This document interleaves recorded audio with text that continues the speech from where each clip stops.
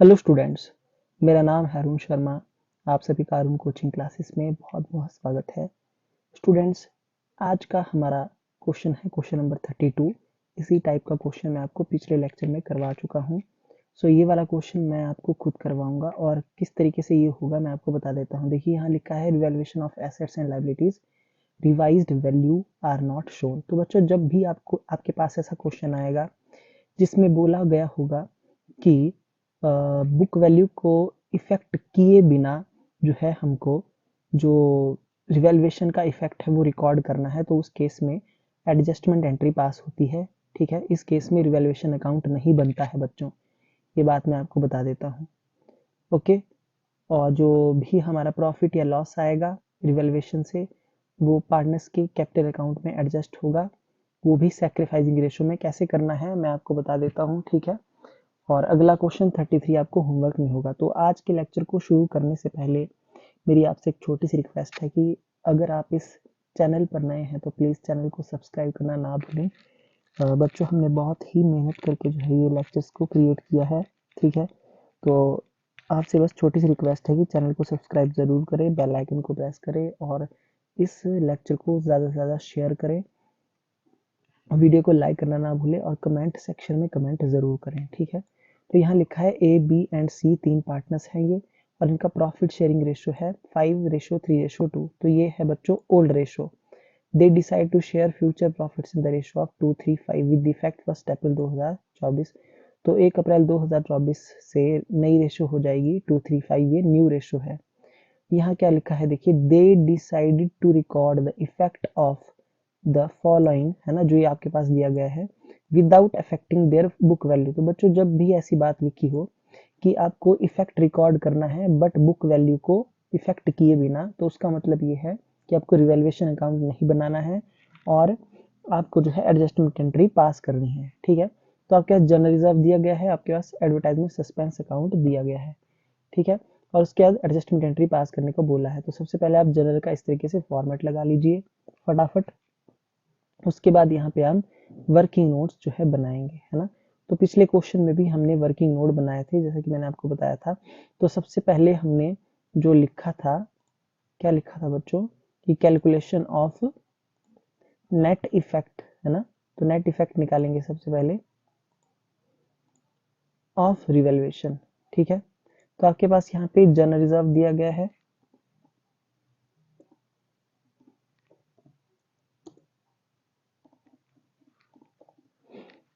ठीक है। तो आपके पास कितना जनरल रिजर्व है ये दिया हुआ, 50,000 रुपए। ठीक है बच्चों, और उसके बाद आपके पास एडवर्टाइजमेंट सस्पेंस अकाउंट है 20,000, ये लेस हो जाएगा। ठीक है, तो यहां मैं लिख दूंगा लेस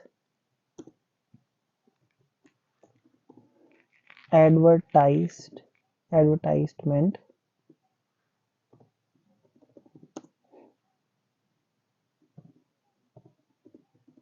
सस्पेंस अकाउंट, और ये कितना है 20,000। माइनस होगा तो ब्रैकेट में लिखेंगे 20,000 को,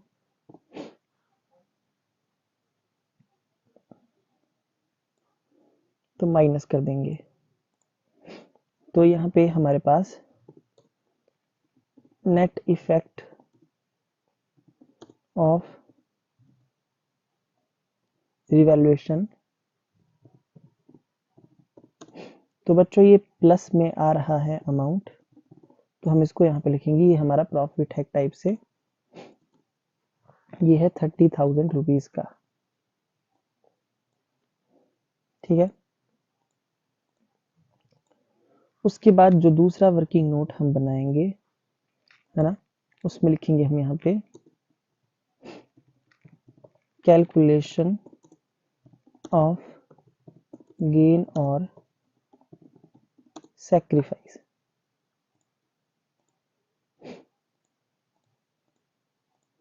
ठीक है, ओल्ड रेशो जो हमारे पास है वो है 5:3:2, और न्यू रेशो जो हमारे पास है वो है 2:3:5, 2:3:5। ओके, सैक्रिफाइसिंग रेशियो का जो फॉर्मूला लगेगा, old share minus new share. ठीक है, तो एज, गेन और सैक्रिफाइस में यहाँ निकालूंगा, तो ए का है 5/10 माइनस 2/10। ठीक है, तो अगर आप इसको सॉल्व करेंगे तो आपके पास आएगा 3/10 आंसर, जो कि प्लस में होगा। ठीक है, तो मतलब ये सैक्रिफाइस कर रहा है। उसके बाद बीज, गेन और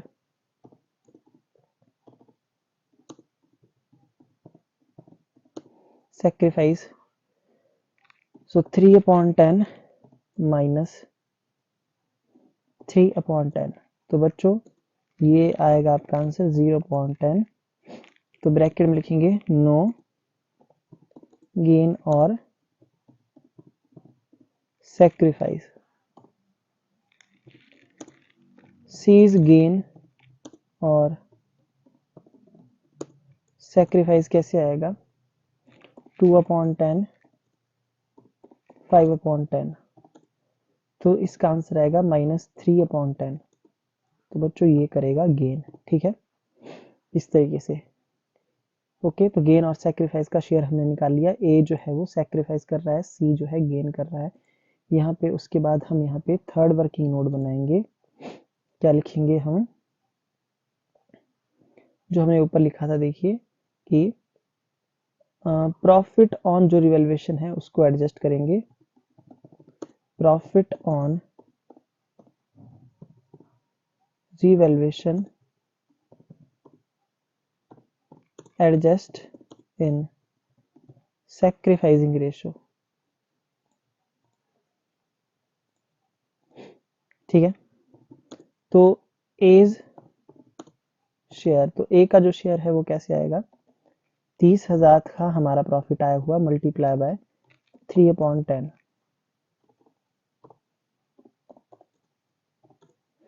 कितना 9,000। तो ये सैक्रिफाइस कर रहा है, तो सैक्रिफाइसिंग पार्टनर जो है वो क्रेडिट होता है, तो सी आर लिखूंगा मैं इसके आगे।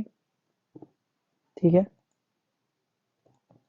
और उसके बाद जो दूसरा पार्टनर है वो है सी, क्योंकि बी तो है वो, बी के लिए कोई भी इफेक्ट नहीं आया है, और ये जो सी है वो गेन कर रहा है, तो गेनिंग पार्टनर हमेशा डेबिट होता है। तो सी जो है वो डेबिट होगा, ए जो है क्रेडिट होगा, तो C capital account debit to A's capital account, ये आएगा। तो यहाँ लिखेंगे क्या कि सीज कैपिटल अकाउंट, इसको डेबिट करेंगे 9,000 से टू एज कैपिटल अकाउंट 9,000 से, और यहाँ लिख देंगे being adjustment entry past.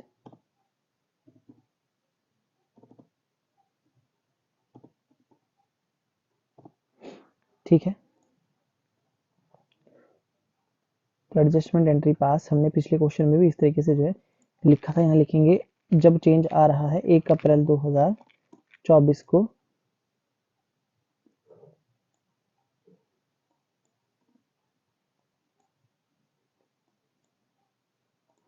Okay जी। ठीक है, तो बच्चों सबसे पहले हमने क्या किया, नेट इफेक्ट निकाला फर्स्ट वर्किंग नोट में, फिर गेन और सैक्रिफाइसिंग निकाला हमने सैक्रिफाइसिंग रेशियो का यूज करके। उसके बाद जो भी हमारा शेयर था प्रॉफिट ऑन रिवैल्यूएशन, जो नेट इफेक्ट था 30,000, उसको डिवाइड किया सैक्रिफाइसिंग रेशियो में।